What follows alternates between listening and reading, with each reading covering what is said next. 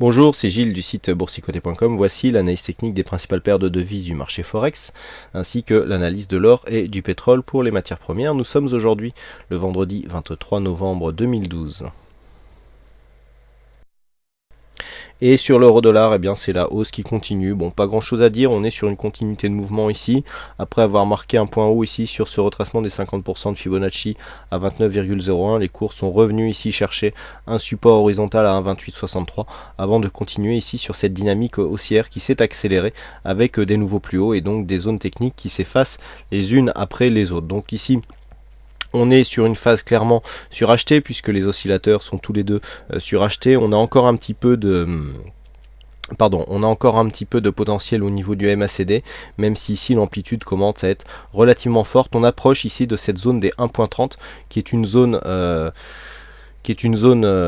psychologique et qui pourrait ici provoquer quelques réactions, mais ici clairement on a une transformation ici de la sortie que nous avions eu ici sur cette phase, je le rappelle, avec donc sortie de cette zone, ici, on a vu quelques hésitations, la tendance avait eu du mal à se mettre en place et ensuite on avait accéléré à la hausse. Du point de vue des retracements de Fibonacci, on a clairement cassé ici le retracement des 61,8%, ce qui implique que si cette phase baissière ne nous donnera pas un mouvement de tendance de fond, puisque le retracement est maintenant trop important pour que la dynamique soit clairement installée. Donc il est clair que en fonction ici de la réaction sur les 1.30, on pourra suite à cela venir rejoindre ici cette zone de résistance majeure des 1.3060, mouvement ici toujours haussier, fortement avec une forte dynamique qui s'est installée. Quasiment le même constat sur le câble, puisqu'ici nous avions une phase suite à une sortie de cette tendance baissière, donc phase de cassure, avec donc ces cours qui s'étaient installés entre la moyenne mobile 20 exponentielle et la bande de Bollinger supérieure, et puis aujourd'hui donc cette accélération qui a eu lieu puisque nous avons eu une grosse phase d'exagération ici qui est toujours en cours d'ailleurs, et donc le câble qui est en train vraiment d'exploser à la hausse et qui provoque une continuité du mouvement haussier, et donc cette accélération se fait au moment où l'on casse ici cette zone majeure des 1,5972. Donc là, pareil, clairement le mouvement est en phase d'accélération. On a ici cette phase de sortie donc, qui nous donne un retracement qui est en train de s'accélérer.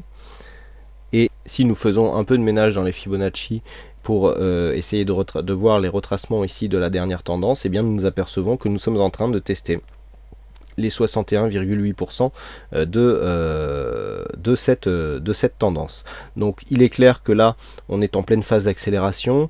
Le surachat et l'exagération pourraient peut-être nous donner un signal de consolidation court terme, puisque nous sommes ici dans une tendance qui est quand même clairement installée, et donc on pourrait avoir ici une petite phase de retour avant de casser ici cette zone, même si ici la dynamique a l'air d'être relativement forte. Quoi qu'il en soit, ce mouvement baissier ici, un peu comme sur l'euro-dollar, a priori ne donnera pas naissance à une tendance de fond, puisque en cassant ici le 61,8, eh bien on enlèvera toute suite de dynamique à ce mouvement, et donc on continuerait donc sur la vue moyen terme à évoluer dans un range, voire dans un trend ici légèrement baissier, donc en continuité de cette phase qui dure maintenant depuis quelques semaines. Nous passons maintenant au dollar-yen. Donc le dollar-yen qui, suite à cette phase de hausse, connaît une phase ici d'essoufflement, puisque nous avons ici testé hier, j'attirais votre attention sur le contact ici avec cet ancien support qui était devenu résistance. Et bien finalement ce contact a bien provoqué une petite phase ici de baisse technique. On est revenu chercher ici la moyenne mobile 20 exponentielle, ça c'est assez clair. Par contre on a cassé ici ce support qu'on avait commencé à tracer. Bon, alors on avait que 2 points significatifs, c'est pas encore un support très puissant.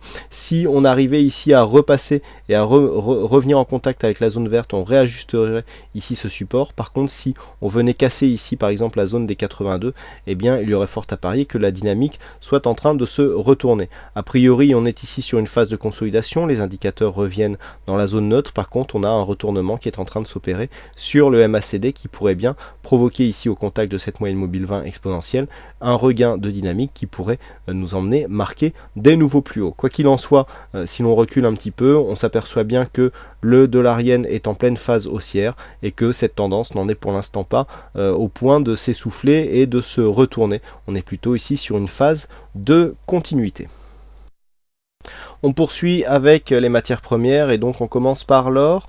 L'or sur lequel une cassure de la zone des 1740 s'est opérée aujourd'hui. On a presque eu ici un épaule tête-épaule inversé, vous voyez, avec la première épaule ici, mais bon, la ligne de coup n'était pas réellement claire, donc bon, c'est pour ça que je ne l'ai pas signalé. Mais on a clairement ici une phase donc de cette zone ici de 23,6 à 1723 qui a clairement fait office de support à deux reprises consécutives, et donc nous avons cassure ici de cette ligne précédent point haut suite à cette phase dynamique qui est en train de nous donner lieu à une belle phase de dynamique, puisque la cassure ici des 1740 s'est traduite par une hausse très violente qui s'est faite sur une impulsion très forte en intraday, et donc avec un nouveau plus haut qui est maintenant situé au-delà des 1750 $ l'once. On voit ici que les 1753 correspondaient à une précédente résistance auquel le métal jaune est en train de s'attaquer, et donc c'est bien possible, suite à cette phase ici de hausse qui avait été très dynamique, on a finalement eu ici cette phase de consolidation horizontale, et donc on reprend ici la dynamique de fond dans une continuité haussière. Donc là, la phase d'invalidation, la zone d'invalidation se situe sous 1720 $ l'once, et donc l'or ici, malgré cette situation technique assez surachetée, mais on voit qu'on a encore de l'amplitude au niveau du MACD, et on sait que les matières premières peuvent provoquer des phases de surachat bien plus marquées que sur le Forex, et d'autant plus les indices, et donc l'or ici est sur une grosse dynamique qui pourrait l'emmener jusqu'à 1763 $ l'once, donc l'or ici qui retrouve son fond de tendance à la hausse. Enfin, on termine avec le WTI, donc le WTI qui tente une seconde sortie de cette phase de range, puisque après avoir réintégré ici cette zone et retrouvé donc la zone des 87,80 $ le baril comme résistance, a cassé cette zone, et vous voyez que même sur cette bougie, on est revenu chercher cette zone comme un support. D'ailleurs, comme un support, pardon.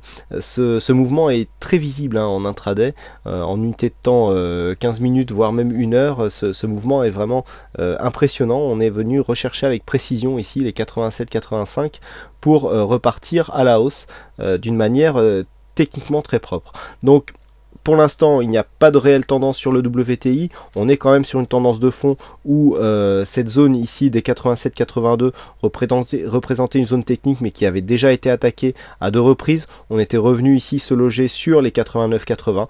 Donc maintenant, on attend ici un prochain contact avec les 89-80. Quoi qu'il en soit, si un test devait arriver dans les prochains jours, on aurait quand même une accélération des phases de test sur cette zone ici des 89-80 qui pourrait bien déboucher sur une sortie haussière, et avec donc un retour à la hausse du WTI, donc le brut léger américain. À noter ici la configuration technique qui n'est pas du tout surachetée. On peut très bien ici imprimer une dynamique qui viendra directement au contact des 90 $ le baril. Voilà ce que l'on peut dire donc sur ces analyses techniques Forex et matières premières. Il ne me reste plus qu'à vous souhaiter à toutes et à tous une bonne soirée, bonne chance dans vos trades, et je vous retrouve dès la semaine prochaine pour d'autres analyses techniques. En attendant, je vous souhaite un bon week-end.